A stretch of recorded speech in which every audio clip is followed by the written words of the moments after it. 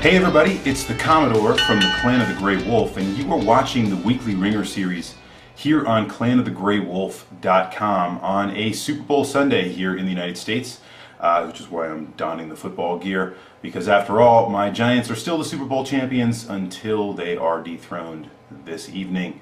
So might as well celebrate my last day of the year that I can.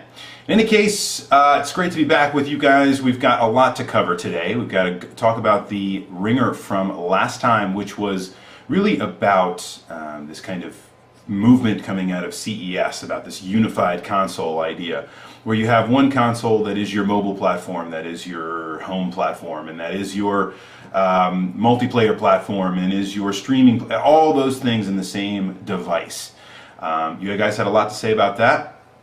I've got to tie a bow around that conversation, make sure we finish it up, and I'll give you my thoughts as I always do here on the Weekly Wringer. But I'm also going to then move to a conversation for next week, which I think is going to be a doozy. It's been a while since we did a part of what I call the Why Is Something Awesome series. So we're going to do one of those today. So you know, whenever I break out the awesome, I guess, question for you guys, that it's going to be a topic that I think all of us are really going to enjoy. So stay tuned for that for the end of the video. All right, so yeah, lots to talk about, as I say, from this unified console concept, which I talked to you guys about last time, and I asked you about. I asked you specifically, what do you think of this idea of the unified console? Now, conversation went in a lot of different directions, as we typically do here on the Weekly Wringer. So I certainly make no apologies for that, and certainly don't think that there's any reason why we shouldn't go in all different directions during the course of the conversation. But let me give you what I meant. What I meant was the idea, and I thought I explained this, but I guess sometimes it's just things don't translate very well on video when you know, it makes sense to me. I'm not exactly sitting here with other people for them to go, oh, you aren't making any sense right now. It just kind of, if it makes sense to me, then I put it up, right? Okay, so you know, what I was really looking for was the idea of a singular console that is everything all in one, as in you can, so Project Shield from NVIDIA is something that is a self-contained gaming platform. The reason they call it Project Shield is because it's kind of an Xbox 360 controller with a screen in front of it, and it plays, supposedly, current gen level video games on an Android platform, touchscreen. But the idea and concept is that you could actually use this as your online multiplayer console, so you could play your online multiplayer PC games on it, streaming your multiplayer online PC games as well, but also being able to connect it to your television, use it as your home console, and so on and so forth, to do all kinds of other multimedia things like play movies and music and all those other kind of great things that we're also being told is part of the new unified console idea, which was not where I was going, but where many of you went. This concept of the box as the multimedia centerpiece of the living room rather than strictly video game systems, and I think that's an equally interesting concept, but not really where I was going with the conversation this week. Although I think that is going to be something we're going to revisit very soon in the Weekly Wringer, because we did find out this week that Sony is going to be making, and probably very shortly thereafter Microsoft, are going to be making their announcements of the next generation hardware they're going to be releasing before E3. So it's going to happen probably this month for Sony, and it's going to happen probably with Xbox by the end of March. Here's hoping, between you and I, that they do it at PAX East, because I will definitely be there, and that would be awesome to be there for a console unveiling, and I would definitely love that. But anyway, so we learned that those things are going to be coming out. So there's going to be an announcement of new hardware very soon, and these companies are definitely trying to become the center of your living room. They're not content anymore just being able to play video games. They want to be the center of your living room. The Wii U is a perfect example of that, and the way that Xbox Live has evolved is as well. So that's a concept and a topic I think we should revisit once we see the specs and once we see what the vision for these consoles really is. we find out what what kind of design philosophies they've undergone and been a part of. I think then we can probably comment on what the nature of those consoles will be. So we'll put that one on hold and go back to the idea of the unified console. That is kind of the PlayStation Vita's promise, even if it never delivered, of being able to deliver a current gen console experience while also offering it in a compact mobile platform that is maybe, I don't know necessarily will fit in your pocket, but it's certainly not very large and you can take with you, and certainly is kind of, you know, easier to move around than bringing your Xbox 360 in a TV set, right? Okay. So, in general, let's talk about some of the things, I guess, in general. I also wasn't referring to, several of you picked up on this, I also wasn't referring to kind of a grand unified console market.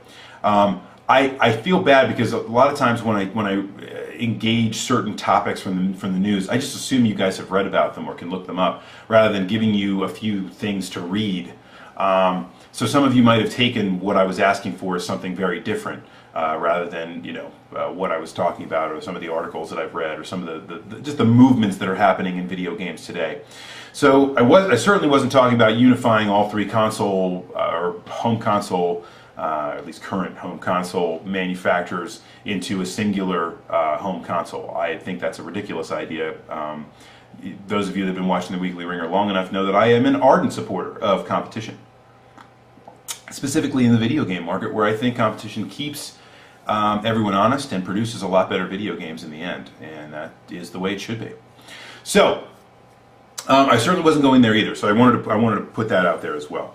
The other thing that was an undercurrent, which is the duh answer, and this is why I didn't want to harp on it too much, is that execution is still the most important. It doesn't matter what the system is going to be. Doesn't matter what the philosophy behind it is going to be. If it sucks, it sucks. If it plays good games and it's executed well, then people will generally buy it. I am a firm believer in this. Several of you echoed those sentiments. I agree 100%. That's not my question. My question isn't, you know, well, if they execute it well, will you buy it? Oh, of course you will. My question is, what do you think of the concept? So, and thirdly, another thing that many of you pointed out was that we see a generalized movement in consoles now away from the specs of the hardware itself.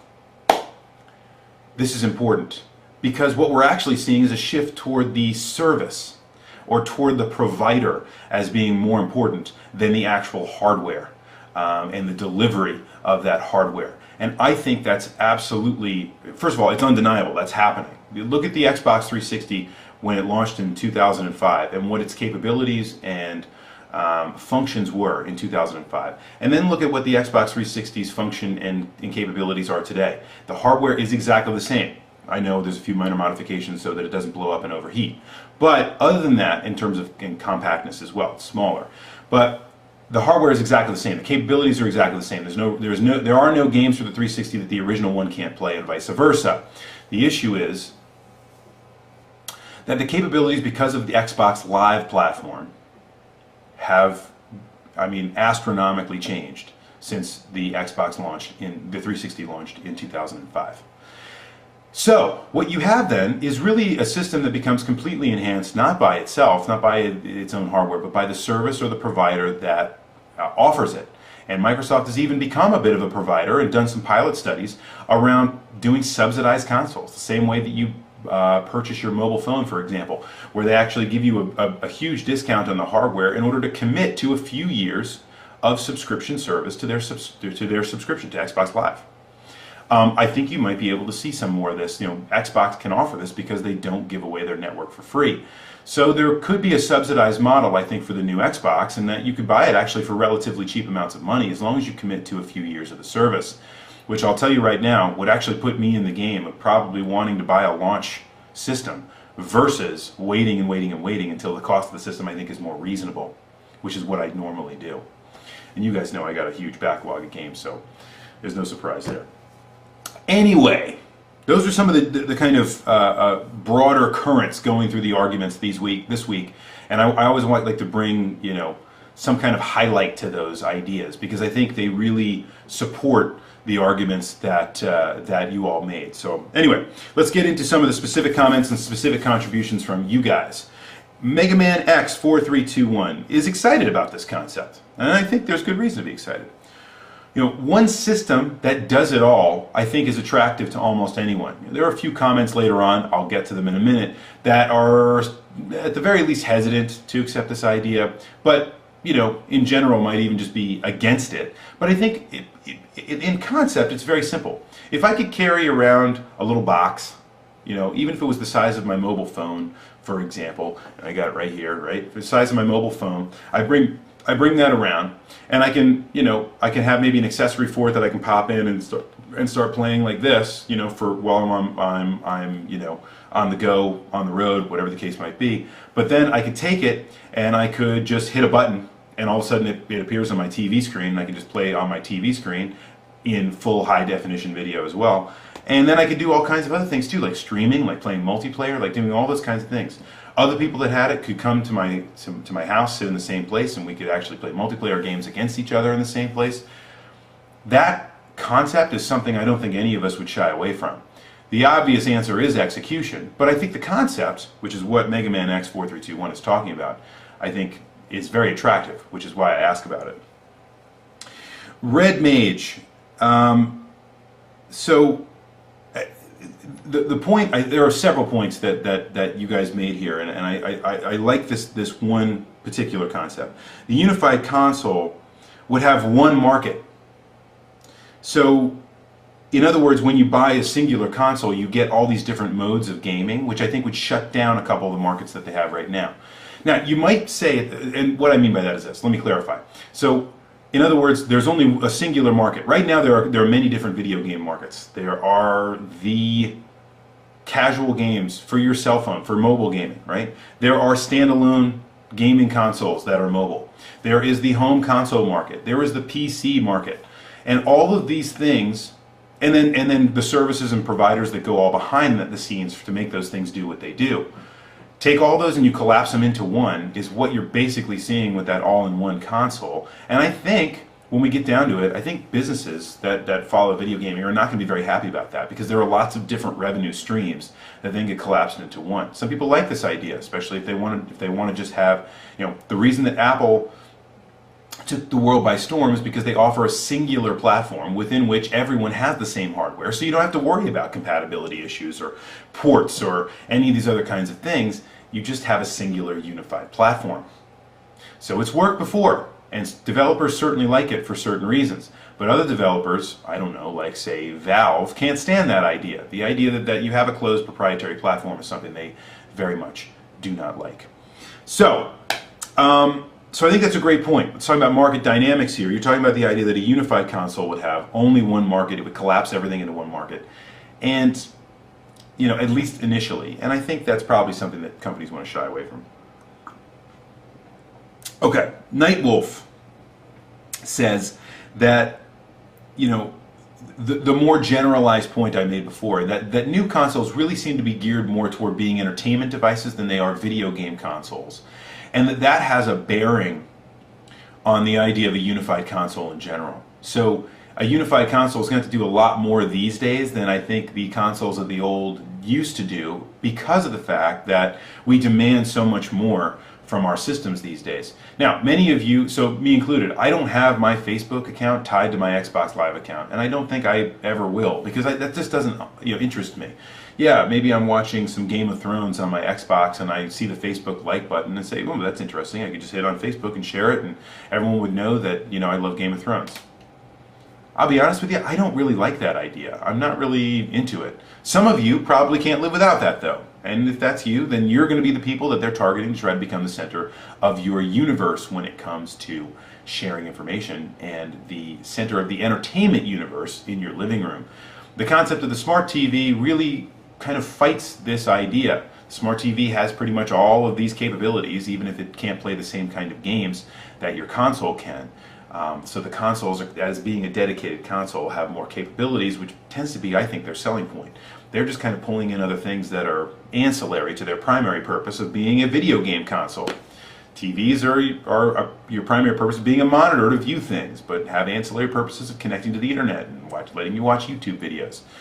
Whatever the case might be, the smart TV concept is exactly what the video